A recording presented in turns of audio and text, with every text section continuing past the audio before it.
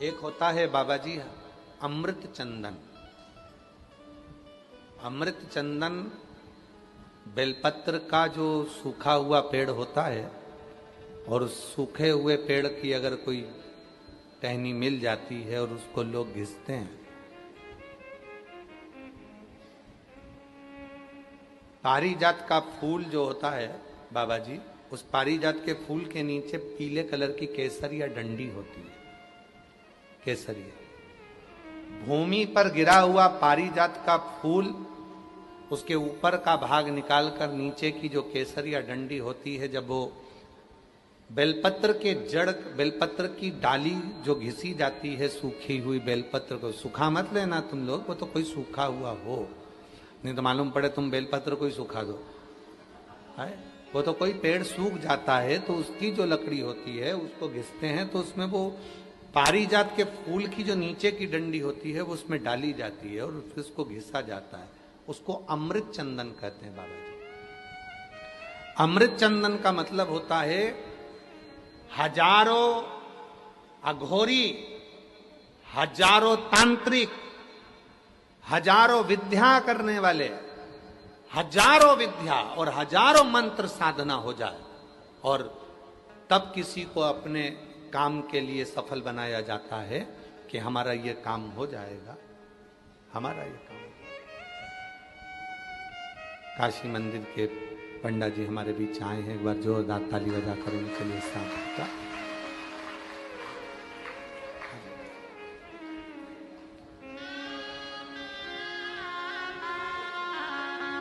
हमारे बीच में श्री अर्चक श्री काशी विश्वनाथ मंदिर के श्री राजेश पाठक जी हमारे बीच आए, एक बार जोरदार ताली बजाकर।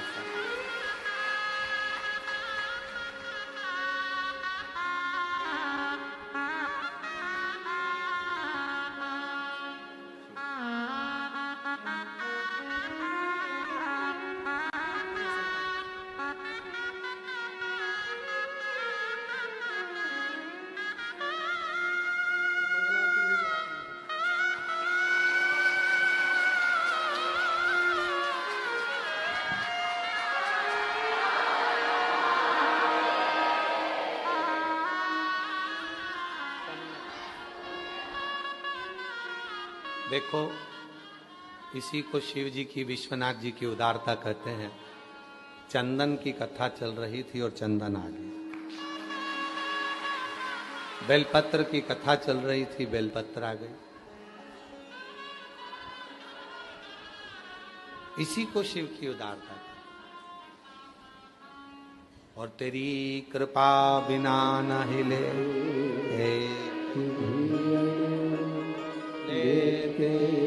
श्वास तेरी कृपा से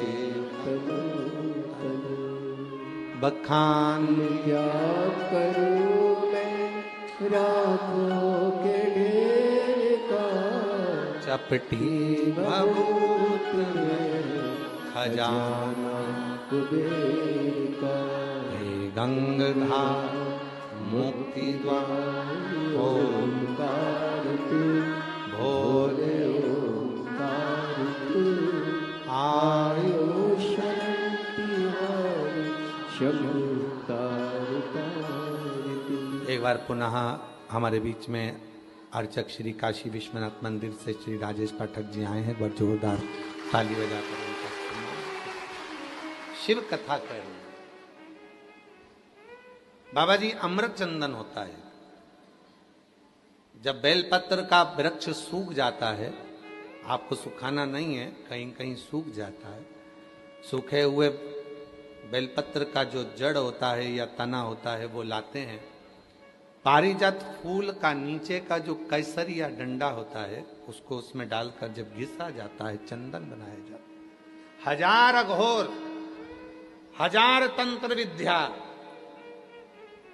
और हजारों हजार कोई विद्या कर ले और तब जाकर कोई सिद्धि प्राप्त करे और उससे किसी को वश में करे, वो चंदन यदि सोमवार की अष्टमी के दिन प्रदोष काल में अगर शिव पर लग जाता है और उसी चंदन को अगर डब्बी में रख लिया जाता है और मस्तक पर 3 जगह पर उसको लगा लिया जाता है, तो आपको कहीं पर भी किसी को आसक्त करने की जरूरत नहीं पड़ती है।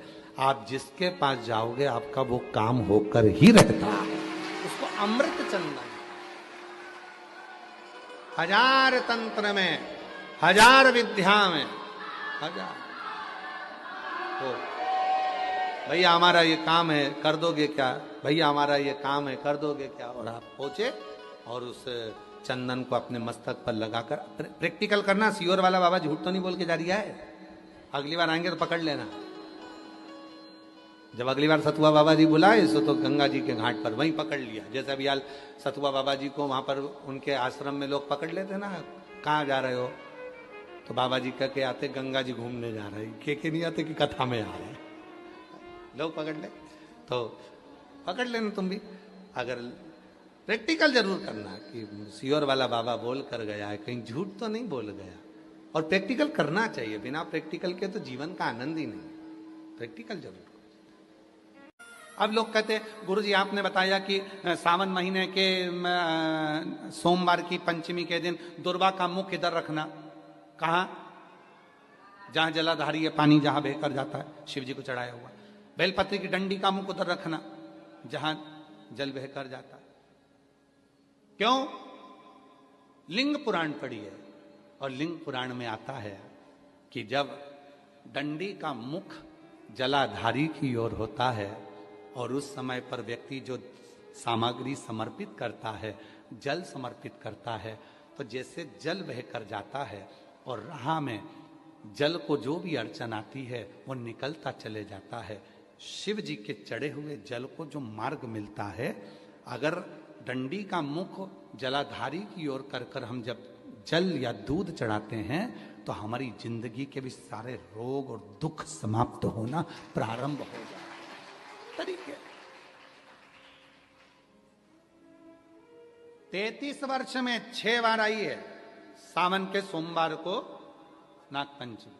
पहली आई 96 में, दूसरी आई 99 में, तीसरी आई 12 में, 2012 में, फिर आई 2019 में, फिर आई 2023 में, और बाबा की कृपा से अब आई 2026 में। 17 अगस्त को पड़ेगी सावन के महीने में जो सोमवार है, उस दिन नागपंचमी। उस दिन नील निधि का प्रयोग करिए। आप कितने भी, हम तो यहां तक कहेंगे जितने ठेले चलाने वाले, जितने भी हैं जो कहीं ना कहीं किसी ना किसी रूप में कर्ज में डूबे, परेशान है, दुकान नहीं चल रही, व्यापार नहीं चल रहा, परेशानी हो गई, कोई ने जमीन पर कब्जा कर लिया, कोई ने कुछ कर लिया, कोई ने कुछ कर लिया, जितने हैं सब करो, और एक नील पुष्प, नील कमल के भाव से, नीला कमल मिल जाए तो ठीक है, नहीं मिले तो नील पुष्प जो अभी दर्शन कराया बाबा जी बोले काशी में तो ये बहुत ज्यादा मात्रा में मिलता है, और लोग शिव जी को समर्पित कर, उस नील पुष्प समर्पित। अगर भोले बाबा का सहारा न होता, अगर भोले बाबा का सहारा न होता, तो दुनिया में कोई हमारा न होता, तो दुनिया में कोई हमारा न होता। अगर भोले बाबा सहारा न होता, अगर भोले बाबा, बोलो बोलो, सहारा न होता, तो दुनिया में कोई हमारा, अगर है तो उसका सहारा है, उसका सहारा, उसकी कृपा, उसकी करुणा, उसकी दया।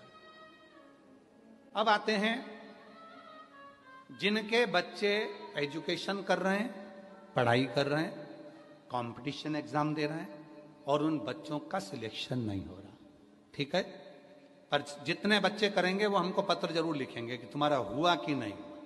काशी से बोलकर जा रहे हैं, और ये कथा केवल सियोर वाला बाबा नहीं बाच रहा, ये कथा स्वयं विश्वनाथ बाचने के लिए आए। जितने शब्द होंगे सारे विश्वनाथ जी के होंगे। जितने बच्चे एजुकेशन कर रहे हैं और जितने बच्चे कंपटीशन एग्जाम दे रहे हैं, रिजल्ट नहीं आ रहा, 1 नंबर से, आधे नंबर से, 1.5 नंबर से, 2 नंबर से रह जा रहे हो, तो प्रयास करो। सावन के महीने के सोमवार की नाग पंचमी के दिन, सोमवार की नाग पंचमी के दिन लाल चंदन बाजार में होता है, लाल चंदन, उस लाल चंदन का लेपन घिस लो, उसको घिसकर बेलपत्री की दोनों पत्तियों में, नीचे वाली दोनों पत्तियों में उस लाल चंदन का लेपन करिए। बेलपत्री के नीचे वाली दोनों पत्तियों में लाल चंदन का लेपन करिए और ऊपर वाले पत्ते पर केवल लच्छा, लच्छा किसको बोलते हैं यहाँ पर, क्या बोलते हैं, नाड़ा, लच्छा क्या बोलते हैं, मौली, लच्छा, नाड़ा जो भी है, वो बीच वाली पत्ती पर रखकर देव अधिदेव महादेव को समर्पित कर दीजिए और बाबा पर 1 लोटा जल चढ़ा दो।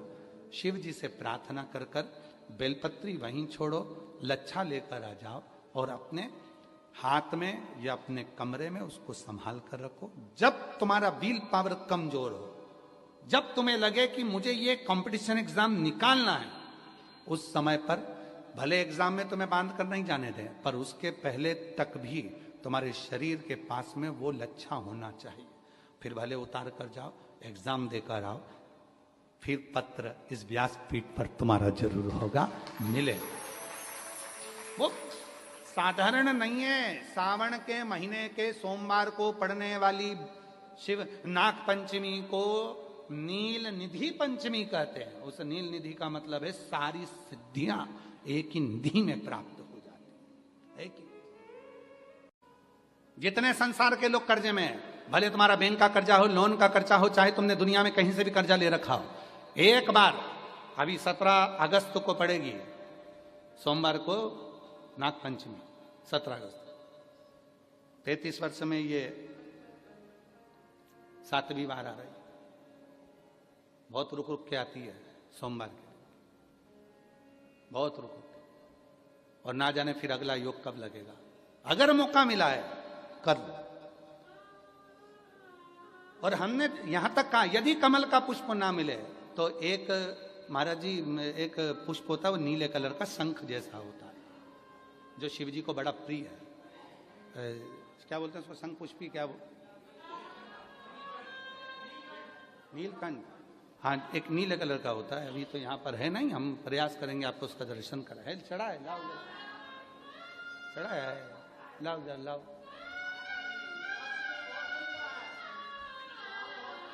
अच्छा, यहाँ मिलता है, अच्छा, हाँ, ये देखो, अगर मान लो तुम्हें नील कमल ना मिले, नील कमल प्राप्त ना हो, कहीं सरोवर तालाब में अभी बहुत बारिश हो रही है, कहीं जाना नहीं, नील कमल नहीं मिल रहा है, तो ये नीला पुष्प अगर आपको मिल जाए, एक बार नील निधि के नाम से शिव को समर्पित करना और बाबा को समर्पित कर कर उसी को वापिस लेकर आना। बाबा मेरे घर में अष्ट सिद्धि नव निधि निवास करे, कृपा करना। 1 साल के अंदर आप सब पत्र में लिखकर भेजोगे कि आपको किसी के दरवाजे पर हाथ फेराने की जरूरत नहीं पड़ेगी, भगवान जो वैभव देगा वो देखते बनेगा। नील निधि,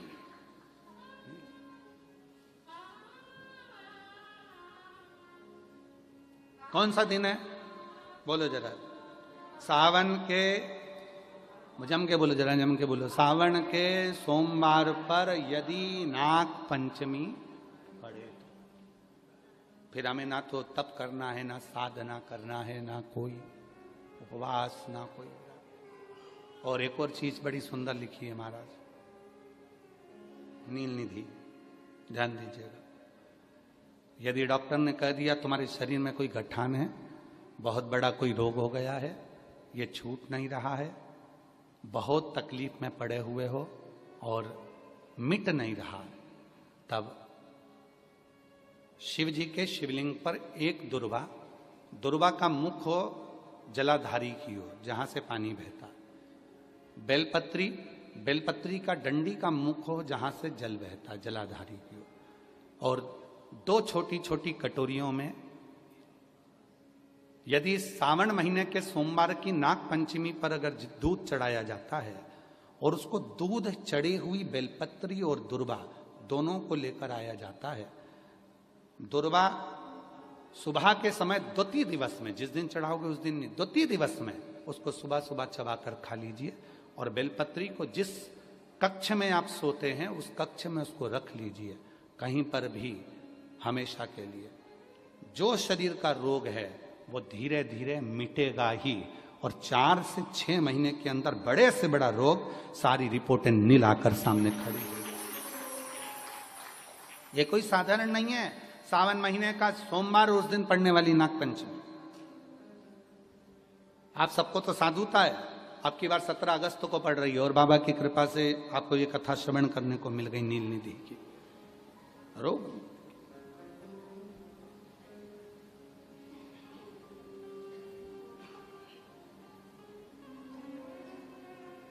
और हे शंभु बाबा मेरे तीनों लोक में तू ही तू,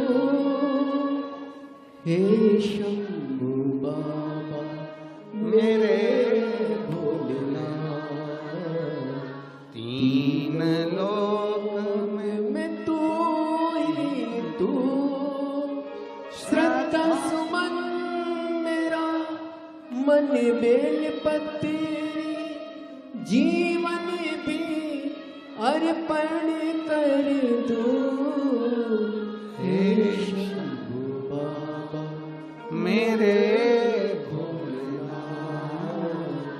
तीनों लोक में तू ही तू।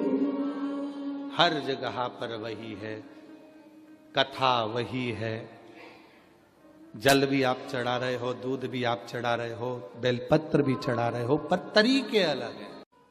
जितने संसार के लोग कर्जे में हैं, भले तुम्हारा बैंक का कर्जा हो, लोन का कर्जा हो, चाहे तुमने दुनिया में कहीं से भी कर्जा ले रखा हो, एक बार अभी 17 अगस्त को पड़ेगी, सोमवार को नाग पंचमी 17 अगस्त, 33 वर्ष में ये 7वीं बार आ रही, बहुत रुक रुक के आती है सोमवार के, बहुत रुक रुक के, और ना जाने फिर अगला योग कब लगेगा। अगर मौका मिला है कर लो। और हमने यहां तक कहा यदि कमल का पुष्प ना मिले तो एक महाराज जी एक पुष्प होता है, वो नीले कलर का शंख जैसा होता है, जो शिव जी को बड़ा प्रिय है। क्या बोलते हैं उसको, शंख पुष्पी, क्या नीलकंठ, हाँ एक नीले कलर का होता है। अभी तो यहाँ पर है नहीं, हम प्रयास करेंगे आपको उसका दर्शन कराए। चढ़ा है, लाओ चढ़ा है, लाओ जा लाओ।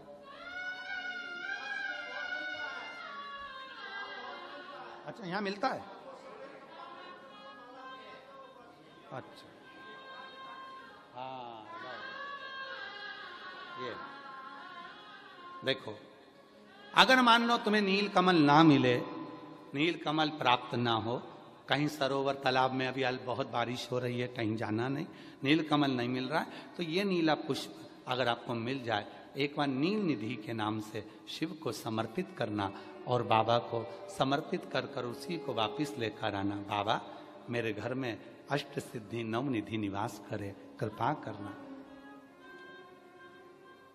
1 साल के अंदर आप सब पत्र में लिखकर भेजोगे कि आपको किसी के दरवाजे पर हाथ फेराने की जरूरत नहीं पड़ेगी, भगवान जो वैभव देगा वो देखते बनेगा। नील निधि,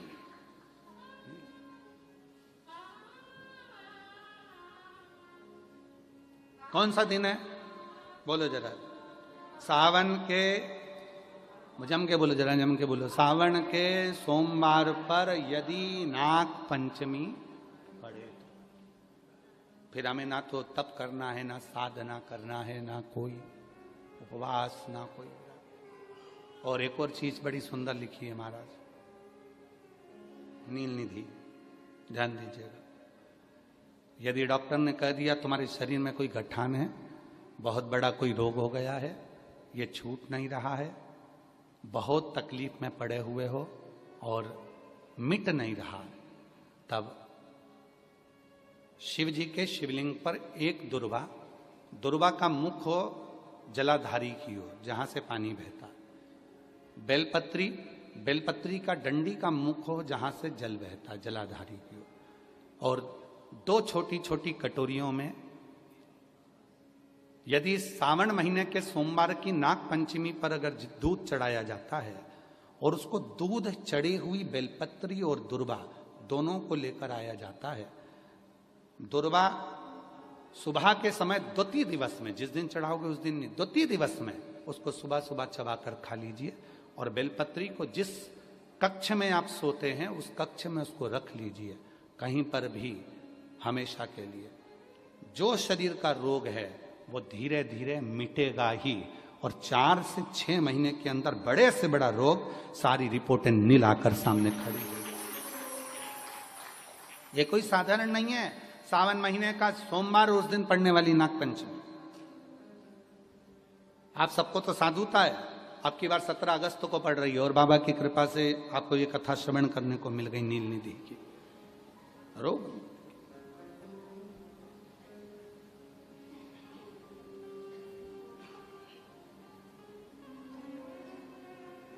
और हे शंभु बाबा मेरे